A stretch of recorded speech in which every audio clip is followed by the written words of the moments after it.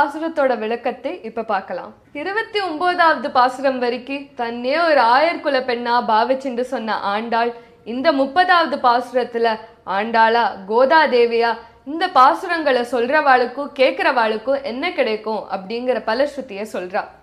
திருப்பார்கடலை கடைஞ்ச அந்த மாதவனை கேசவனை ஆயர்குலத்தை சேர்ந்த பெண்கள் எல்லாம் நோன்பு இருந்து அவர்கிட்ட அருள் பெற்ற அந்த வரலாறு ஸ்ரீவில்லிபுத்தூர் சேர்ந்த விஷ்ணு சித்தர் எவரோட சித்தத்துல விஷ்ணு இருக்காரோ விஷ்ணுவோட சித்தத்துல எவர் இருக்காரோ அப்படிப்பட்ட பட்டர் பிரான் பெரியாழ்வார் அவரோட மகளாகிய கோதை எங்க அப்பாவோட பொண்ணு அந்த ஆச்சாரியனின் சிஷ்யான கோதையாகிய நான் இனிய தமிழ்ல 30 பாட்டு பாடி பாமாலையா தொடுத்திருக்கேன். இந்த 30 பாசுரத்தையும் தவறாம சொல்றவாளுக்கு அந்த திருமாலோட அனுகிரகம் பெற்று இன்பமா இருப்பார். பல பல ஜென்மாக்கள் ஆன்மீகத்துல எடுத்து பெருமாள்கிட்ட பக்தி செலுத்தினாதா சரணாகதி பண்ணிக்கிற அந்த எண்ணமே வரும். நம்மளுக்கு என்ன கஷ்டம் வந்தாலும் பெருமாளோட திருவடிகளை கெட்டியா பிடிச்சுட்டோனாலே போதும். அந்த கஷ்டத்தை சமாளிக்கிறதுக்கான சக்தியை அந்த திருவடிகளையே கொடுக்கும், அந்த கஷ்டத்தையும் போக்கி வைக்கும்.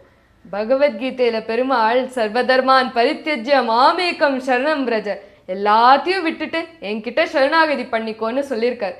அதையே ஸ்திரீ பாவத்தோட அம்மா சொன்னா இன்னும் புரியும் இல்லையா?